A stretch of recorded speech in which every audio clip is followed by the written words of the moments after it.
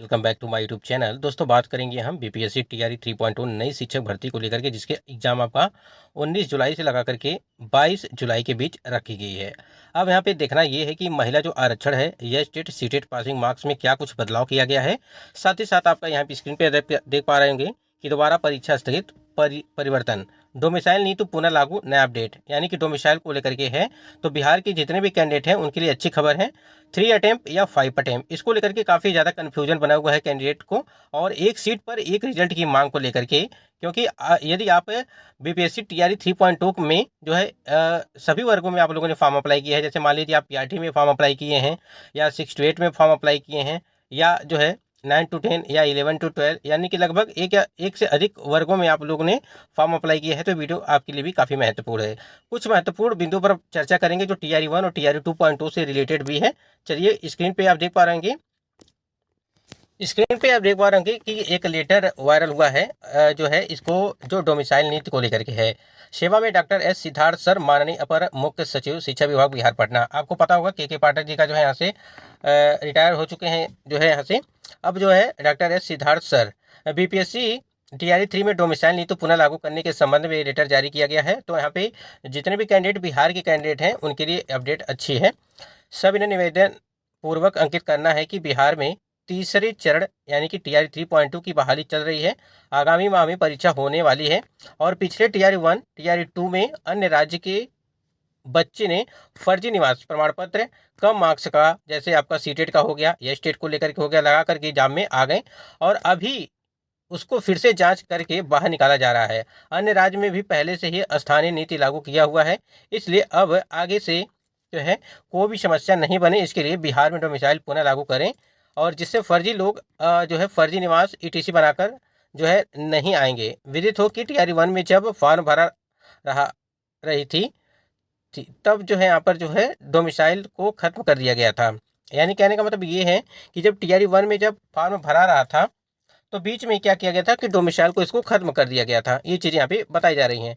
तो आप स्क्रीन पे आप देख पा रहे होंगे कि कई सारी चीज़ें, जैसे आप लोग देखिए निवास निवास प्रमाण पत्र जो है फर्जी बनाया गया, फिर कम मार्क्स जैसे सीटेट या स्टेट को लेकर के, साथ ही साथ जो है डोमिसाइल को लेकर के अब यहाँ पे बात चल रही है कि डोमिसाइल जो है पुनः लागू किया जाए। टीआरई 1 की भर्ती के पहले जो है इसको खत्म कर दिया गया था। जब देखिए फॉर्म भरा रहा था तो बीच में डोमिसाइल खत्म कर दिया गया, और देखिए यहाँ पे पुनः डोमिसाइल जो है पॉलिसी लागू किया जाए, जिससे हम सभी बिहार के बच्चों के साथ न्याय होगा और शिक्षा विभाग को भी परेशानी नहीं होगी। ये यहाँ पे देखिए पत्र ये लिखा गया है, ठीक है।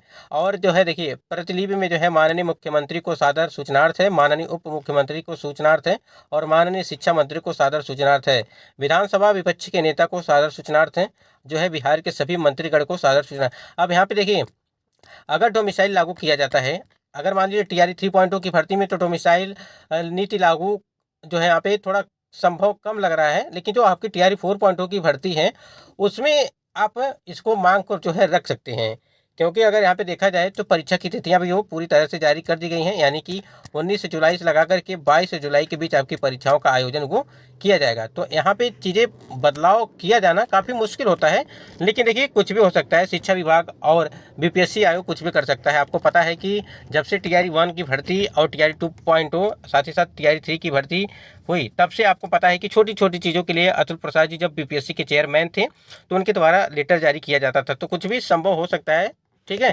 तो इसको लेकर के तो ये लेटर जारी किया गया है आपके जो है यहाँ पे टीआरई 3.0 डोमिसाइल नीति लागू करने के लिए। यहाँ पे हम लोग थोड़ा सा बात करेंगे अटेम्प्ट को लेकर के, यानी कि जो आपके बीपीएससी के द्वारा जो अटेम्प्ट मिले हैं वो कितने मिले हैं। काफ़ी इसमें भी कन्फ्यूजन है कैंडिडेट को, क्योंकि बहुत सारे कैंडिडेट को लग रहा होगा कि अगर वो टीआरई 1 और टीआरई 2.0 की भर्ती में सम्मिलित हुए थे और उनका चयन नहीं हो पाया, तो क्या टीआरई 3 में वो उनका लास्ट मौका होगा, ठीक है। तो उसी के संबंध में हम लोग यहाँ पे बात करेंगे। एक यहाँ पे स्क्रीन पे आप देख पा रहे हैं कि न्यूज 18 की खबर का बड़ा असर। देखिए शिक्षक के अभ्यर्थियों से जुड़ी खबर, अब 3 बार की जगह 5 बार मिलेगा परीक्षा का जो है अवसर, यानी कि ये बीपीएससी की बात की जा रही है। जैसे आपको पता होगा कि जो बीपीएससी ने जब नोटिफिकेशन जारी किया है उसमें 3 बार जो है आपको दिया गया है कि 3 बार आपको बीपीएससी में मौका दिया जाएगा, यानी कि टीआरई में। बीपीएससी शिक्षक बहाली में अधिकतम 5 बार बैठ सकेंगे अभ्यर्थी। ये जो है न्यूज़ 18 की तरफ से खबर निकल के आई थी और इसमें देखिए क्या क्या क्या चीज़ें इन्होंने बताया था। वही चीज़ बताया जा रही है कि बीपीएससी शिक्षक बहाली में अधिकतम 5 बार बैठ सकेंगे अभ्यर्थी। मौका गंवाने का सभी को सता रहा था डर और कई अभ्यर्थियों के लिए टीआरई 3 था आखिरी मौका। ठीक है, ये टीआरई 3 के लिए सरकार ने अवसर बढ़ाने का ले लिया है फैसला। लाखों अभ्यर्थियों को जल्द मिलेगी राहत। प्राइमरी से लेकर उच्च माध्यमिक तक के लिए मौका शिक्षा विभाग जल्द ही आदेश जारी करेगा। देखिए ये सारा यहाँ पे चीजें कौन करेगा, ये अब ये शिक्षा विभाग को छोड़ दिया गया था। यानी कि जो भी कैंडिडेट हैं, ध्यान दीजिएगा, तो देखिए जितने भी कैंडिडेट हैं अगर यहाँ पे 3 बार मौके को लेकर के परेशान है, यानी कि अटेम्प्ट को लेकर के परेशान है, तो वो यहाँ पे क्या करेंगे, अब वो अपनी तैयारी करते रहें। ठीक है, अटेम्प्ट आपके वो बढ़ने वाले हैं, यानी कि समझिए कि आपके 5 अटेम्प्ट हो चुके हैं। इस अगर आप लोग देखेंगे इस चीज़ को तो ठीक है, तो आप लोग जो है इसको क्या करेंगे, आप अपनी तैयारी को अच्छे से करिए और अटेम्प्ट के चक्कर में मत पड़िए। अटेम्प्ट देखिए आगे बढ़ सकते हैं, लेकिन आपको दोबारा जो है मौका नहीं मिल सकता है भर्ती में सम्मिलित होने के लिए। तो आपके सभी डॉक्यूमेंट कंप्लीट हैं, आप पूरी तरह से कंफर्म है कि हाँ मेरे सारे डॉक्यूमेंट कंप्लीट है और हम परीक्षा में सम्मिलित हो सकते हैं और हम अच्छा कर सकते हैं। तो आप बिल्कुल जो है इसके लिए चिंता मत करिए कि आपको 3 बार चांस दिया जाएगा तो क्या होगा क्या नहीं होगा। ठीक है, जो चीज़ सामने आई है उसको देखिए, यानी कि जो भर्ती आई है उस पर फोकस करिए, ना कि आप 3 अटेम्प्ट के चक्कर में पड़ जाएं। पता चलेगी आपको भर्ती भी निकल जाए और अटेम्प्ट आप लेकर के क्या करेंगे फिर। यहाँ पे परीक्षा स्थगित को लेकर के एक अपडेट आई थी जो एस स्टेट वाले कैंडिडेट हैं उनके लिए है। एस स्टेट व डीएलएड के प्रथम वर्ष की परीक्षा हुई स्थगित है। बकरीद 17 जून को है और इसके मद्देनजर 18 जून को आयोजित होने वाली एस 2024 प्रथम तथा डीएलएड के प्रथम वर्ष की परीक्षा को स्थगित कर दिया गया है।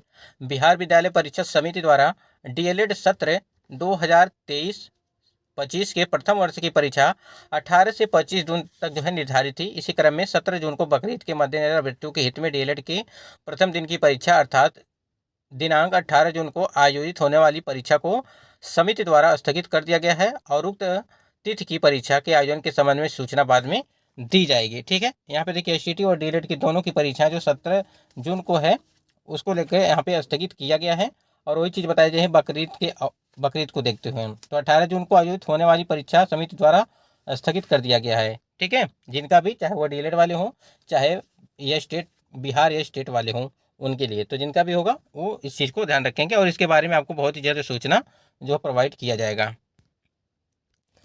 यहाँ देखिए स्क्रीन पे आप देख पा रहे हैं कि यस टेट और सी टेट के अंकों को लेकर के यहाँ पे काफ़ी कन्फ्यूजन है अभ्यर्थियों को। तो देखिए सी टेट वाले जो अदर स्टेट वाले कैंडिडेट हैं ध्यान से बात सुनिएगा। सी टेट वाले यस टेट वाले कैंडिडेट जितने भी हैं वो इस बात को ध्यान रखिएगा कि सी टेट के लिए जो अदर स्टेट कैंडिडेट हैं आपके 90 मार्क्स होने चाहिए, यानी कि जो है 90 नंबर आपके होने चाहिए सी टेट में, चाहे वो मेल हो चाहे फीमेल हो। ठीक है, इसमें कोई भी चीज़ें नहीं है, सभी के लिए हम बात कर रहे हैं। जितने भी जनरल कैटेगरी में काउंट होंगे कैंडिडेट उनके लिए 90 नंबर होना जरूरी है। ये तो आपका सी टेट को लेकर के होगा।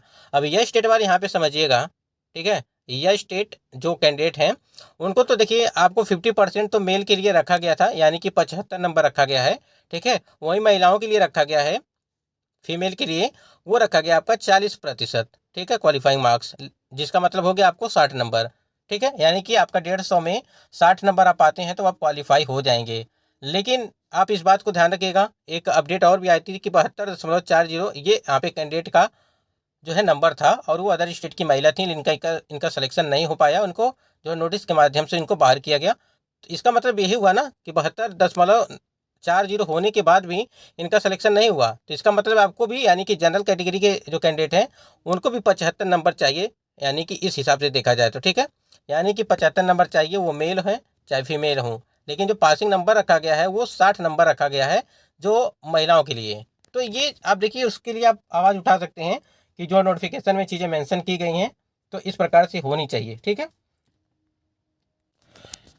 देखिए ये कुछ महत्वपूर्ण अपडेट थी और देखिए सीटेट एस टेट के पासिंग मार्क्स को लेकर के काफ़ी कन्फ्यूजन बना हुआ है। अगर इससे जुड़ा आपका कोई सवाल है तो आप कमेंट सेक्शन में कमेंट करिएगा, वो हम आपको जवाब दे देंगे।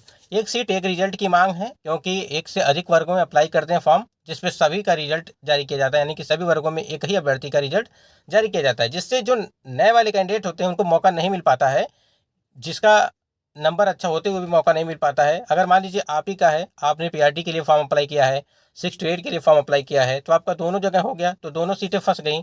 आप चयन तो एक ही जगह करना है, ठीक है। लेकिन आपका उस पे भी यानी कि अगर पीआरटी में सिलेक्शन हो गया तो 6 to 8 के भर्ती में भी आपका उसमें भी सिलेक्शन होगा। ठीक है, यानी कि वहाँ पर भी सारी चीज़ें किया जाता है, जिससे सीटें खाली रह जाती हैं। तो इसीलिए यहाँ पे मांग चल रही है कि एक सीट पर एक ही रिजल्ट दिया जाए।